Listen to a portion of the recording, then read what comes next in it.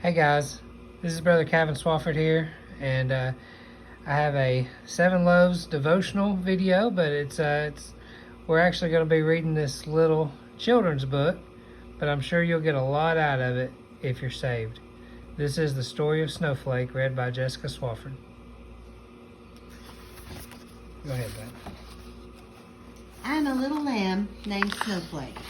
My shepherd master named me Snowflake because I was the whitest baby he had ever seen.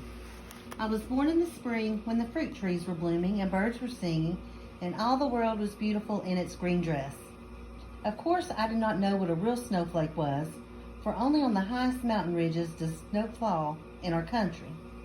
That is, I did not know until one day when something dreadful happened to me. Every morning, our strong shepherd took us out to pasture.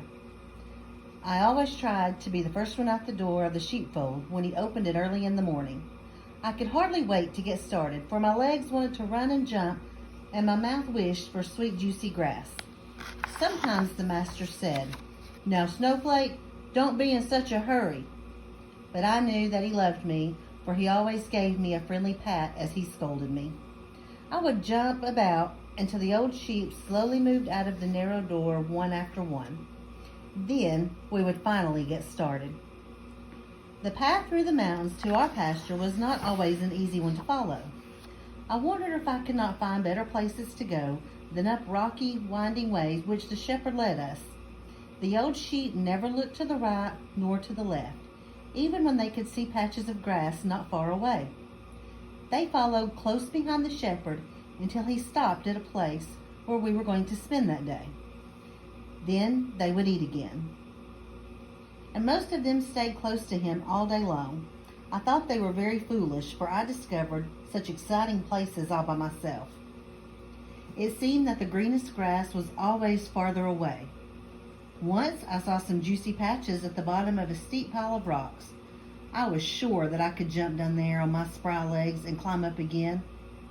But alas, when I had gone part way, I discovered that my leg was stuck between two of the rocks.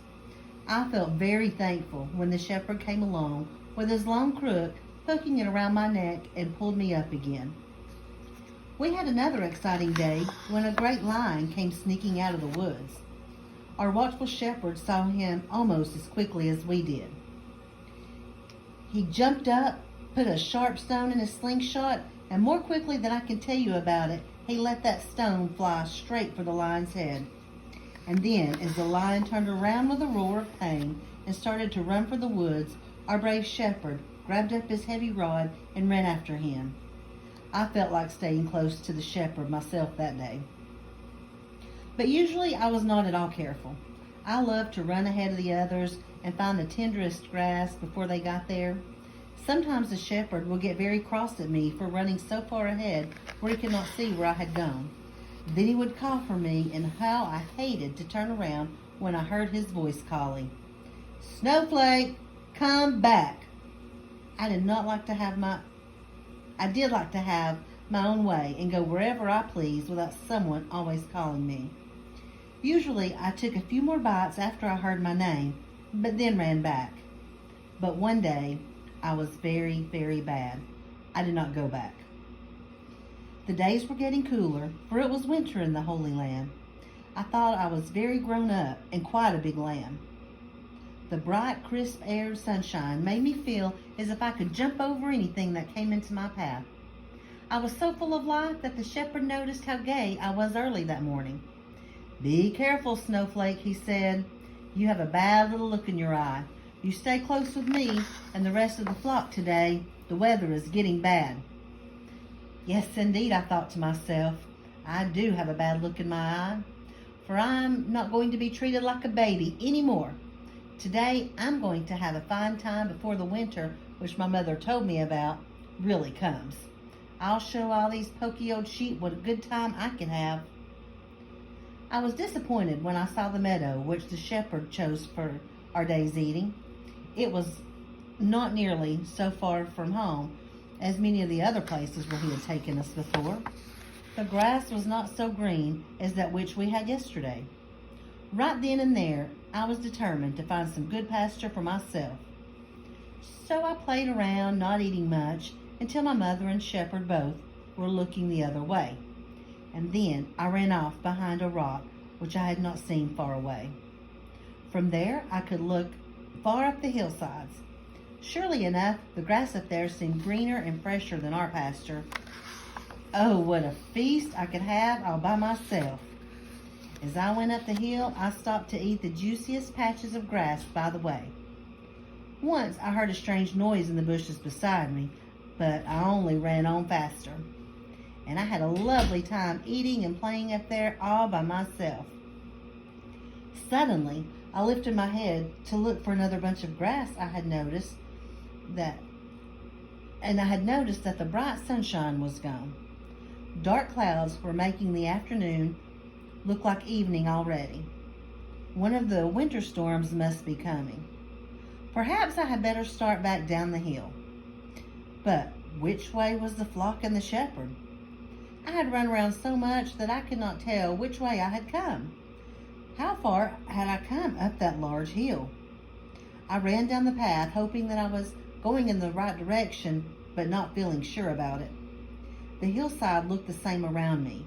I had seen rocks like that coming up the hill, but in a minute I knew that this was not the right path, for directly in front of me was a high cliff which dropped down until I was dizzy looking. My fun was all at once gone. I wished very much that I were back with the flock.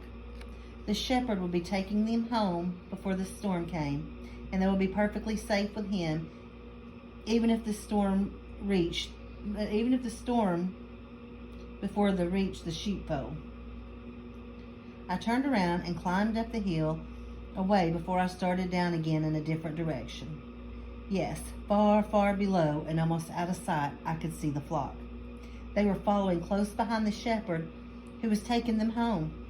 And here I was, far away, all alone, on a rocky hillside with a storm coming.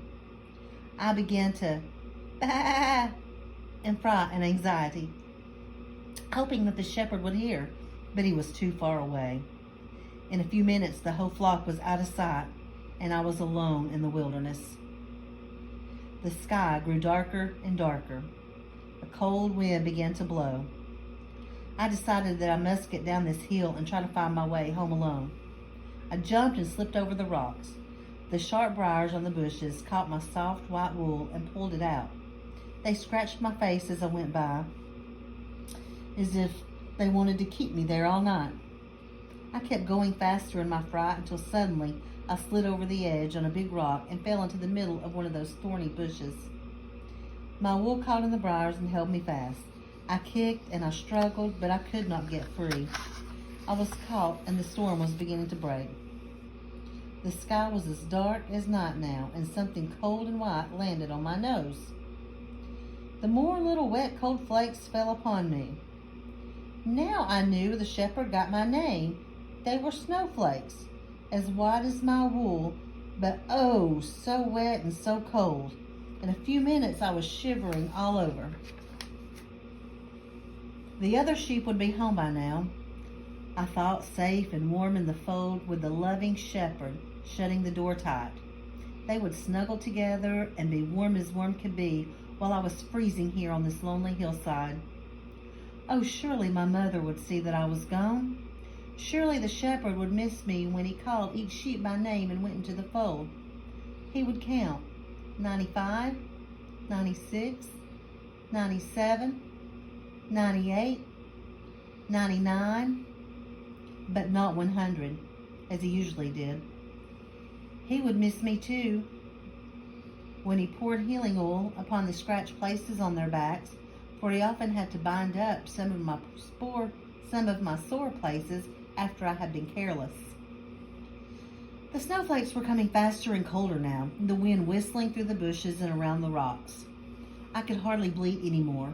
My voice was hoarse, and I knew that I should soon die from the cold and dampness unless someone came to find me. I could not help myself. But who would come on this lonely hillside in the blackness of the fierce storm? Even our big, strong shepherd would be risking his life in such a storm and darkness. he would be tired and glad to get into his warm home to rest by the fire.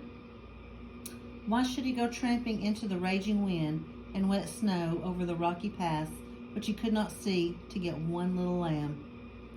I was not worth very much. But in spite of such sad thoughts, I kept hoping that he would come. Every once in a while, I gave a weak little bleat in case he might come looking for me. And then I heard him. I heard that wonderful voice I knew so well. He was looking for me. He was calling, "Snowflake!" Perhaps I was dreaming. No, I heard him call again. My heart beat faster with joy. "Here!" I bleated as loudly as I could. "Bah!" Again he called a little nearer now, and again I answered as loudly as I could. Then he heard me. Over the rocks he came stumbling and almost crawling against the bitter wind. How tired and cold he looked. I felt very badly to think how my tender shepherd had suffered because of my naughty, selfish ways. The sharp thorns had pricked him too and torn his hands and face. But how glad he was to see me. In another moment he had picked me carefully out of the briars and tucked me inside his heavy coat, just like a wee lamb once more. It was warm and dry there. I still shivered, but in a few minutes I began to feel like myself again against his warm body. I hardly know how we made the long journey home again. The wind howled and whipped around us. The snow had changed into a pouring rain, but my shepherd kept going. At last we were home safe. He took me in the house to dry me out by the warm fire, and I heard him call his friends and tell them to be glad with him. "Rejoice with me," he said, "for I have found my sheep which was lost." I really was a grown-up sheep that night, for I never ran away from my good shepherd again. The Lord Jesus is the good shepherd, and if you have never known the joy of trusting him, won't you come to him tonight and be his very own? Or if you're a poor wandering sheep, won't you let him carry you back into the fold? Or this ending. Again and again the shepherd fell on the stones, and at last, caught in a prickly bush, the shepherd caught him in his arms and covered him with his great coat to keep him from the wind and rain. Then, holding the lamb close, he slipped and fell to the ground. The shepherd, tired out with the wind and rain, could go no farther. The next day, when the storm was over, the people came up the hillside looking for the shepherd. They found little Snowflake cuddled close in his shepherd's arms, warm and dry and safe. But the shepherd had given his life for the sheep because he loved it. The end.